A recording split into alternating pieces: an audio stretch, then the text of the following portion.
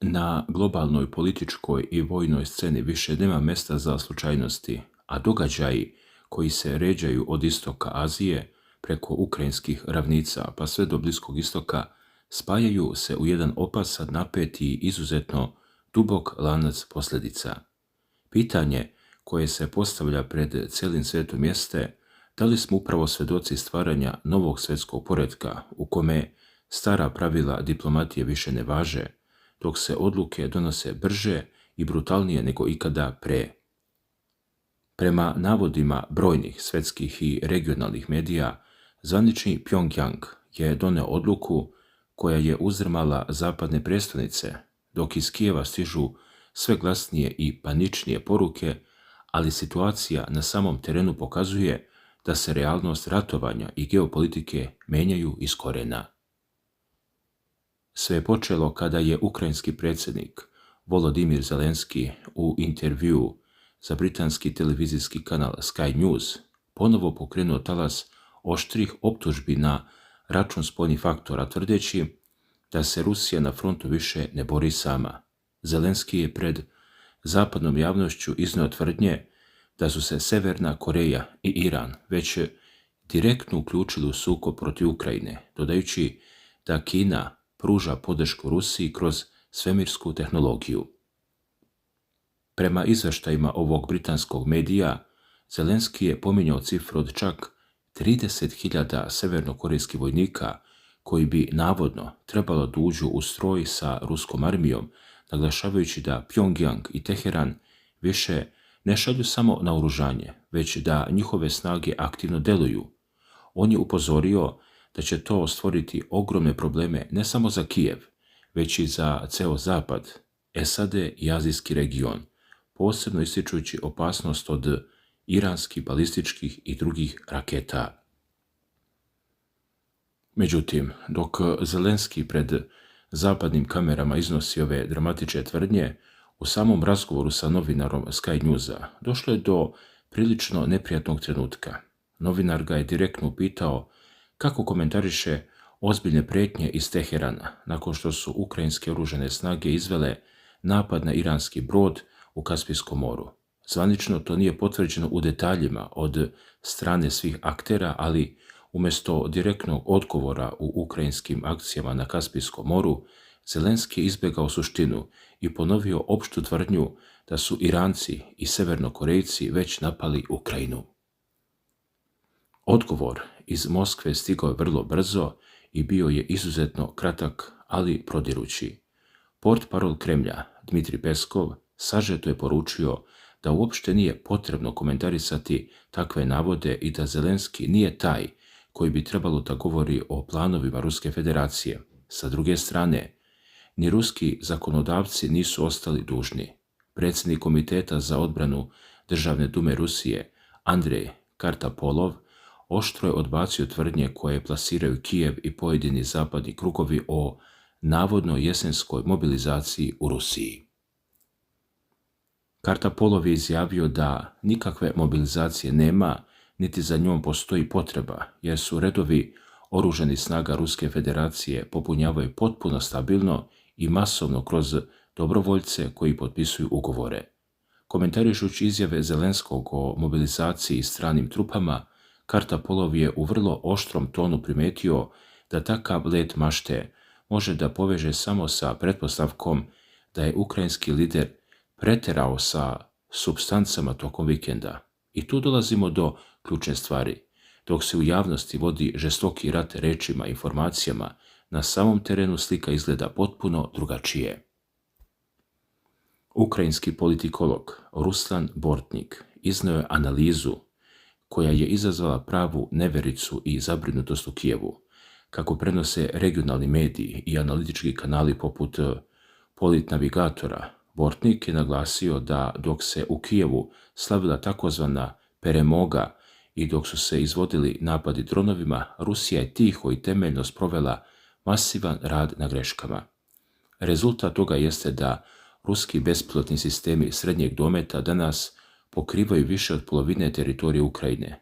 Objave i mape koje su prostrujele kroz ukrajinske izvore pokazuju da se u zoni redovnih udara nalaze ključni gradovi poput Odese, Nikolajeva, Krivog Roga, Dnjepropetrovska, Poltave, pa sve do samog Kijeva, a ruske letjelice već deluju i u dubokom zidu Žitomirske oblasti. Dalje Bortnik upozorava na još jednu opasnu stvar. Mape poznatog ukrajinskog resursa Deep State sve manje odražavaju stvarno stanje na bojnom polju.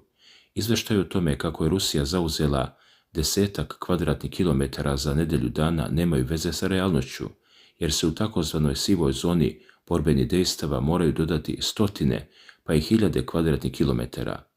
Kako tvrdi ovaj analitičar, nikakvog pat položaja ili ćorsokaka u ratu nema. Postoji jednostavno nezaustavljivo širenje zone borbenih dejstava i sistematsko uništavanje logistike, skladišta i infrastrukture u dubokoj pozadini, tvrdi. Ali ovdje priča ne stoji, jer se pravi geopolitički potres zapravo dogodio daleko na istoku, u Pjongjangu. Dok je Zapad bio okupiran dešavanjima u istočnoj Europi i na Bliskom istoku, lider Severne Koreje, Kim Jong-un, i njegov najbliži krug donijeli su odluke od kojih strepe Washington, Seul i Brisel. Sestra severnokorejskog lidera i visoka zvaničnica Centralnog komiteta Radničke partije Kim Yo-jong izjavila je preko državne agencije KCNA da je nuklearni status Demokratske narodne republike Koreje apsolutno nepovratan i da će se njihove nuklearne snage razvijati i ažurirati bez ikakvih prekida. U Pjongjangu su pažljivo posmatrali sve što se dešavalo posljednjih godina, od sukoba u Ukrajini pa do krize na Bliskom istoku. Zaključak koji su izveli jeste jednostavan i surov. Zapadu, na čelu sa Amerikom, ne može se verovati. Niti je i jedan političar iz NATO pakta pouzdan pregovarač. Shvatili su da je jedina garancija opstanka sopstvena, brutalna vojna moć. Kako navodi ugledni vojni analitičar Bruce Bennett u svojoj obimnoj analizi, Pjongjang u ovom trenutku raspolaže sa oko 60 komada nuklearnog oružja, uz materijal koji omogućava brz skok na oko 100 komada. Međutim, Kim Jong-un javno zahteva eksponencijalno povećanje. Analitičar Bennett, koji je detaljno razradio kimske ciljeve i metastrategiju, ističe da Severna Koreja zapravo cilja na zastrašujući arsenal od 300 do 500 nuklearnih bojevih glava. Zato je važno razumjeti sljedeće. Primarni cilj Kima jeste sopstveni opstanak, očuvanje režima i apsolutna kontrola nad zemljom. Da bi odvratio Ameriku od bilo kakvog napada, Pjongjang mora stvoriti prijetnju koja je za Washington neprihvatljiva, a to je sposobnost da nuklearnim raketama pogodi američke gradove i savlada njihovu protivraketnu odbranu. Prema Bennettovim proračunima, da bi Kim bio siguran da može uništiti barem 25 ključnih ciljeva u Americi, uključujući komandne centre, bazilike i velike gradove, njemu je zbog mogućnosti gubitka i presretanja potrebno između 75 i 100 balističkih raketa dugog dometa. Kada se tome dodaju ciljevi u Japanu i Kini, gdje planira 100 do 150 glava, kao Južna Koreja, gdje mu je potrebno između 150 i 300 taktičkih glava za neutralisanje aerodroma, luka i vojne komande, dolazimo do proste matematike. Ukupna potreba Pjongjanga kreće se od 325 do 550 nuklearnih bojevih glava. Pored toga, Kim Jong-un želi da ga svijet tretira kao nuklearnu supersilu, rame uz rame sa Velikom Britanijom, koja ima oko 225, ili Francuskom, koja drži oko 290 operativnih glava. Prema procenama stručnjaka, sa novim kapacitetima za obogaćivanje uranijuma, koje je Pjongjang prikazao tokom 24., 25. i 2026. godine, Severna Koreja je sposobna da proizvodi i do 20 nuklearnih glava godišnje. To znači da bi prag od 300 bojevih glava mogla preći mnogo brže nego što su zapadni planeri ikada smatrali mogućim. U tom trenutku postavlja se pitanje Kako je došlo da Zapad potpuno izgubi poluge utjecaja nad Pjongjangom?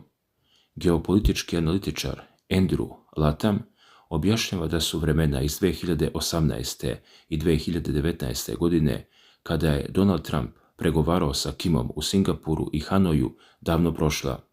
Tada je Kim bio pod teškim sankcijama i u izolaciji, pa su ublažavanje sankcija i priznanje Vašingtona imali ogromnu cenu. Danas situacija je potpuno preokrenuta. Ovo menja celu sliku. Kim više ne pregovara iz pozicije slabosti, već kao šef države čiji je nuklearni status nepromenljiv. Ključni razlog za to leži u strateškom savezu sa Moskvom i Pekingom. Pjongjang je potpisao i ratifikovao sporazum o sveobuhvatnom strateškom partnerstvu sa Rusijom, koji sadrži i klauzulu o međusobnoj odbrani. Severna Koreja šalje municiju i vojne kapacitete Rusiji, a zauzvrat dobija ključnu ekonomsku pomoć i vrhunsku vojnu i raketnu tehnologiju od Moskve. Istovremeno, kineski predsjednik Xi Jinping posjetio Pjongjang ovog juna, što je bila njegova prva posjeta Severnoj Koreji u posljednjih 7 godina i ujedno njegovo prvo putovanje u inostranstvo u 2026. godini. Ubrzo nakon toga Peking je poslao i Wang Huninga, 4. čovjeka u kineskoj hijerarhiji, da potvrdi te savezničke dogovore. Pjongjang danas ima ekonomsku i tehnološku podršku 2 svjetske sile, što znači da mu američko ukidanje sankcija više nije presudno za opstanak. Čak i ako dođe do novog samita između Trumpa i Kima, stručnjaci poput Lathama i pojedinih južnokorejskih političara poput Lee Jae-myunga ukazuju da bi Washington morao prihvatiti novu realnost.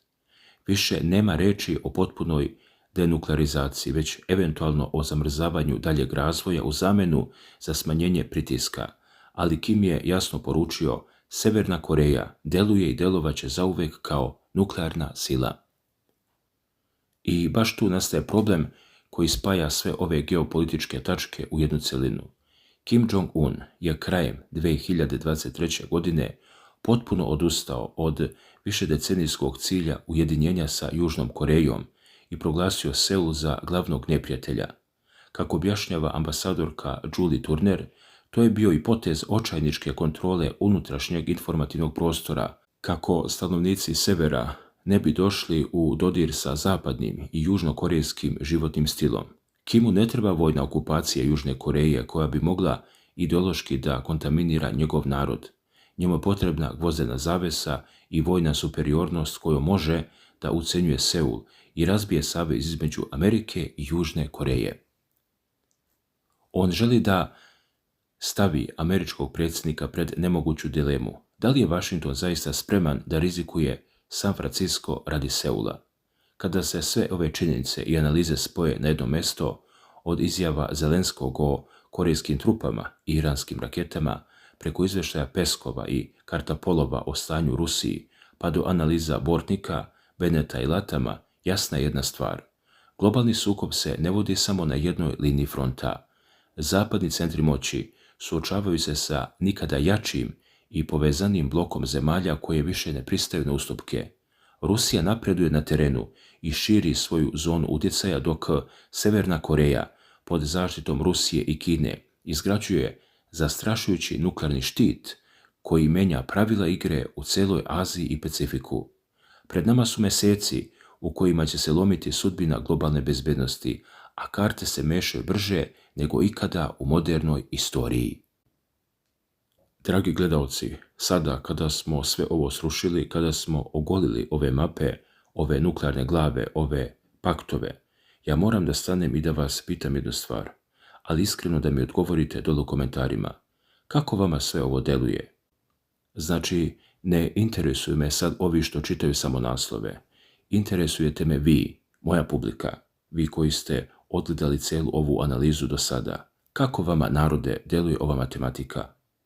Ovo što nam Bruce Bennett, taj američki analitičar, iznosi da Kim Jong-un ne planira 10, 20, nego 300, 500 nuklearnih bojevih glava. To nije povećanje, pazi, to je eksplozija arsenala, ako su ovi navodi tačni. Čovjek bukvalno pravi gvozdenu zavesu od nuklearnih raketa oko svoje zemlje. I ja vas pitam, šta vi mislite? Šta Kim Jong-un planira sa tim? Je li to stvarno? Kako oni kažu, samo da bi sačuvao svoju glavu i svoj režim, da mu Amerikanci ne ušetaju u Pjongjang? Ili čovjek, kad nakupi tih 500 komada, planira nešto mnogo, mnogo opasnije? Šta vi mislite? Je li to samo štit? Ili on polako pravi koplja za neki budući, ne daj Bože, sukob koji će zapaliti cijelu Aziju, a onda i ceo svet? Pišite mi, baš me interesuje vaša procena. Također, jako interesantno, sjećate se šta je Volodimir Zelenski rekao, onaj intervju za Sky News, što smo pominjali na početku.